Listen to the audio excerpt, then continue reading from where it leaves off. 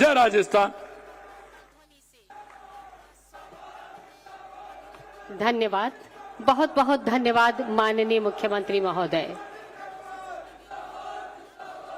और हिंदुस्तान के इतिहास में एक अत्यंत महत्वपूर्ण हस्ताक्षर, देश को प्रगति के कई पायदान प्रदान करने वाले हमारे माननीय गृह और सहकारिता मंत्री भारत सरकार श्री अमित शाह जी, आपसे अनुरोध अपना मार्गदर्शन और उत्प्रेरण हमें प्रदान करें माननीय मंत्री महोदय। बैठ जाइए सभी लोग, बैठ जाइए, हो गए भाई, बैठ जाओ। मेरे साथ बोलिए, भारत माता की। भाई बारिश है, मैं समझ रहा हूं, मगर आवाज ऐसी नहीं होनी चाहिए। दोनों हाथ उठाकर समग्र राजस्थान के किसान और सहकारिता को मजबूत करने के संकल्प की मुट्ठी भींचिए और प्रचंड आवाज से बोलिए, भारत माता की, भारत माता की। आज के इस सहकारिता सम्मेलन में मेरे साथ मंच पर उपस्थित श्रीमान भजनलाल शर्मा जी, मुख्यमंत्री राजस्थान सरकार, राजस्थान की पूर्व मुख्यमंत्री जिन्होंने राजस्थान के विकास को हरदम आगे बढ़ाया, श्रीमती वसुंधरा राजे सिंधिया जी, मेरे साथी मंत्री, यहीं के जनप्रतिनिधि श्रीमान गजेंद्र सिंह शेखावत जी, श्रीमती दिया कुमारी जी, माननीय उप मुख्यमंत्री राजस्थान सरकार डॉक्टर प्रेमचंद बेरवा जी, माननीय उप मुख्यमंत्री राजस्थान सरकार, जिनके निमंत्रण पर मैं आज यहां आया हूं, भाई गौतम दत्त जी, हमारे प्रदेश भाजपा के अध्यक्ष श्रीमान मदन राठौड़ जी, श्री आशीष कुमार भूतानी, सचिव सहकारिता श्री सुधांशु पंत जी, मुख्य सचिव राजस्थान, और आज इतनी बारिश में जहां तक नजर पड़े मुंड ही मुंड दिखाई पड़ते हैं, इतनी बड़ी संख्या में आए हुए सभी सहकारिता के कार्यकर्ताओं को मेरा प्रणाम। अरे हो गया भाई, सुन लिया, तुझे देख भी लिया, अब थोड़ा शांति रखो। भाइयों बहनों, सबसे पहले वीरता, देशभक्ति और धर्म संरक्षण के प्रति बलिदान की इस महान भूमि राजस्थान को मैं प्रणाम कर कर बात की शुरुआत करना चाहता हूं। यही भूमि है जिसने वीर राणा सांगा, महाराणा प्रताप, वीर दुर्गादास राठौड़, पृथ्वीराज चौहान, महारानी पद्मिनी, पन्ना धाय और भामाशाह जैसे दानवीरों को भी जन्म दिया। और आज भी देश की सीमाओं की सुरक्षा की जब बात आती है, सबसे ज्यादा जवान जिन राज्यों में से जाते हैं उसमें से एक मेरा राजस्थान है। ये राजस्थान की वीर भूमि, मैं राजस्थान की वीर भूमि को प्रणाम कर कर मेरी बात की शुरुआत करना चाहता हूं। आज परमवीर चक्र निर्मल सिंह सेखों की जन्मतिथि है। निर्मल सिंह जी ने अतुल्य पराक्रम कर कर अपनी मातृभूमि की रक्षा के लिए साहस और शौर्य और बलिदान दिखाया। मैं निर्मल सिंह जी को भी मनपूर्वक श्रद्धांजलि देना चाहता हूं। भाइयों बहनों, 2025 का वर्ष सहकारिता वर्ष के रूप में मोदी जी ने ही इसका अंतर्राष्ट्रीय सहकारिता वर्ष का उद्घाटन किया।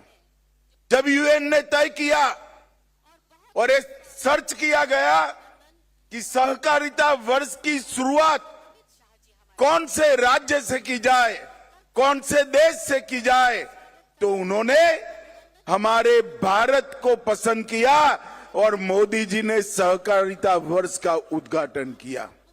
और आज सहकारिता वर्ष के उपलक्ष्य में 24 अन्न भंडारण गोदाम, 64 millets outlets, Gopal credit card योजना के तहत ऋण का वितरण, दूध उत्पादक समितियों को माइक्रो एटीएम का वितरण, 2 उत्कृष्ट पैक्सों का सम्मान, प्राइमरी डेयरी कोऑपरेटिव सोसाइटी का ऑनलाइन पंजीकरण और दीनदयाल उपाध्याय गरीबी मुक्त अभियान की सफलता की कहानियों के पुस्तक का विमोचन, ये सारी चीजें यहां पर हुई हैं। जब आज राज्य भर से सहकारिता के साथ जुड़े हुए नेता और कार्यकर्ता आए हैं, मैं आप सभी को कहने चाहता हूं कि विगत 100 साल के अंदर सहकारिता ने देश के विकास में बड़ा योगदान दिया है, मगर आने वाले 100 साल सहकारिता के 100 साल है। हर गांव, हर विकास, हर गांव, हर गरीब, हर किसान तक सहकारिता को पहुंचाने के लक्ष्य के साथ नरेंद्र मोदी जी ने केंद्र सरकार में एक स्वतंत्र सहकारिता मंत्रालय स्थापित किया है। आज 98% ग्रामीण क्षेत्र में सहकारिता की सक्रिय भूमिका है। देश का धान और गेहूं की खरीदी में लगभग 20% योगदान सहकारिता का है।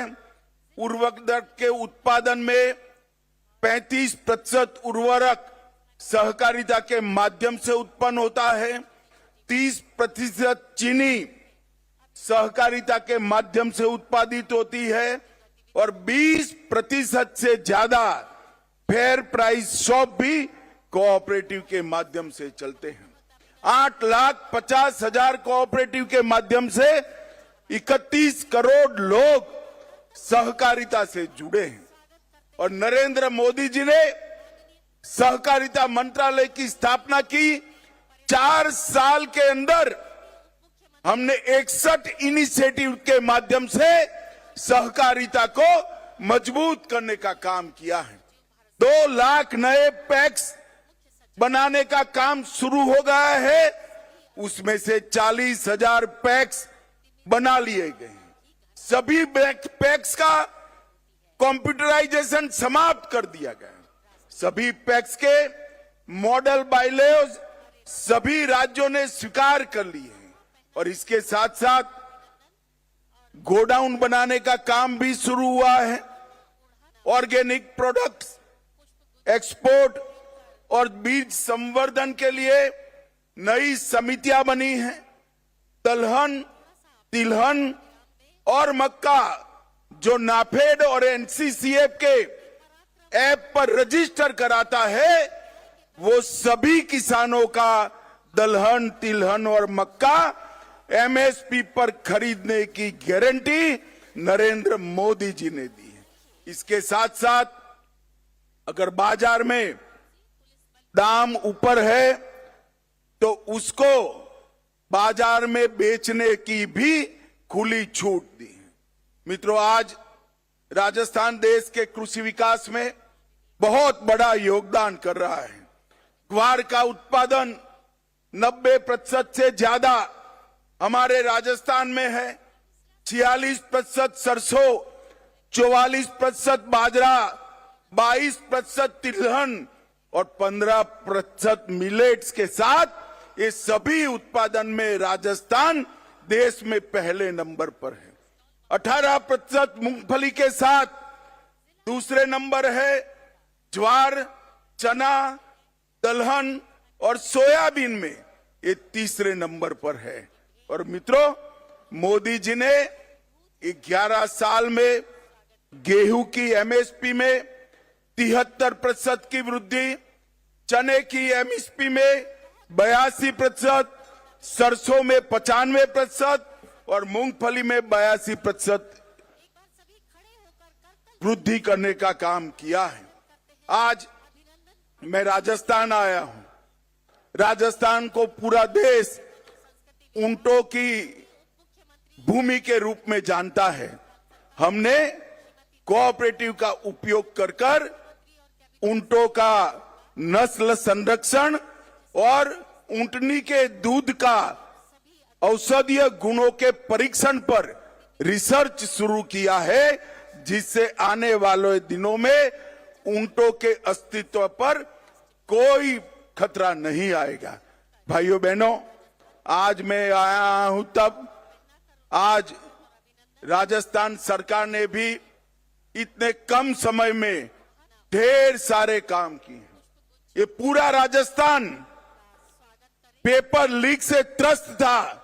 एसआईटी गठन कर एक कठोर संदेश पेपर लीक माफियाओं के खिलाफ राजस्थान की सरकार ने भेजा है। ग्लोबल इन्वेस्टमेंट समिट में भजनलाल के नेतृत्व में 35 लाख करोड़ के एमओयू हुए। 3 लाख करोड़ के एमओयू पर काम भी शुरू हो गए।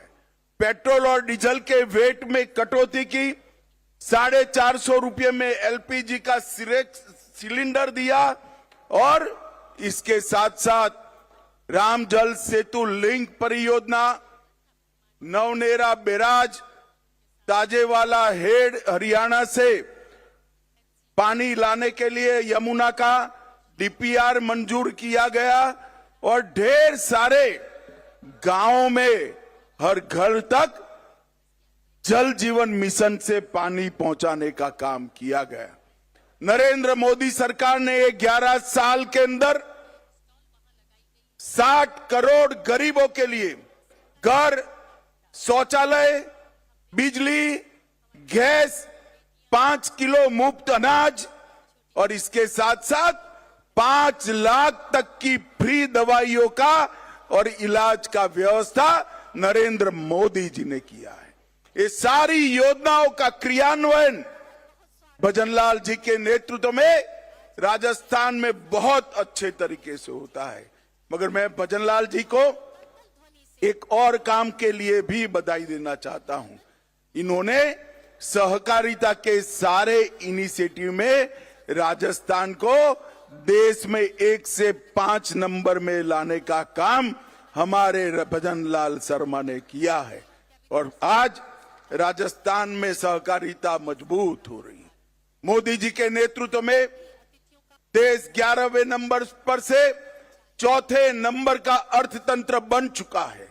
इसके साथ साथ 27 करोड़ गरीबों को गरीबी रेखा से ऊपर लाने का काम भी हमारे नेता नरेंद्र मोदी जी ने किया है। परंतु नरेंद्र मोदी जी ने सबसे बड़ा काम किया है देश को सुरक्षित करने का। और जो कांग्रेस के राज में ये देश आए दिन आतंकवादी हमलों से त्रस्त था। पहले उरी में हमला हुआ, मोदी जी ने सर्जिकल स्ट्राइक की। पुलवामा में हमला हुआ, एयर स्ट्राइक करी और पहलगांव में हमला किया। ऑपरेशन सिंदूर कर पाकिस्तान के घर में जाकर आतंकवादियों के परछत्ते उड़ा दी और एक मजबूत संदेश पूरी दुनिया को भेजा है कि भारत के नागरिक, भारत की सेना और भारत की सीमा इसके साथ छेड़खानी नहीं करते, वरना नतीजे भुगतने पड़ते हैं। और मोदी जी ने ये संदेश देकर एक समृद्ध, सुरक्षित और विकसित भारत के स्वप्न को सच्चा करने का, जमीन पर उतारने का काम किया है। भाइयों बहनों, आज सहकारिता क्षेत्र के इस सम्मेलन के माध्यम से इतनी विपरीत मौसम में भी आप सभी लोग इतनी विशाल संख्या में यहां आए हो। मैं हृदय से आप सभी का बहुत बहुत अभिनंदन करता हूं और विश्वास दिलाता हूं भारत सरकार और राजस्थान सरकार मिलकर राजस्थान के सहकारिता आंदोलन को और मजबूत करेंगे न केवल मजबूत करेंगे, 2047 में जब भारत आजादी की शताब्दी मनाएगा उस वक्त हमारा राजस्थान का सहकारिता क्षेत्र पूरे देश में एक नंबर पर हो, इस तरह से इसका मजबूत खाका बनाने का काम करेंगे। मैं फिर से एक बार आप सभी का धन्यवाद करना चाहता हूं कि सहकारिता क्षेत्र को मजबूत करने के लिए 2025 के वर्ष सहकारिता वर्ष को मनाने के लिए आप इतनी विपरीत मौसम में यहां आए हैं। आप सभी का बहुत बहुत धन्यवाद। एक बार फिर से ऑपरेशन सिंदूर जिन्होंने किया वो सभी सेना के जवान और जिन्होंने ये मजबूत निर्णय किया वो नरेंद्र मोदी जी के लिए दोनों हाथ उठाकर भारत माता का जयकारा लगाइए। सभी लोग अंत तक दोनों हाथ उठाए, जरा हाथ उठाओ भाई, मुट्ठी बींचो और प्रचंड आवाज से बोलिए भारत माता की वंदे वंदे वंदे। आप सभी का बहुत बहुत धन्यवाद।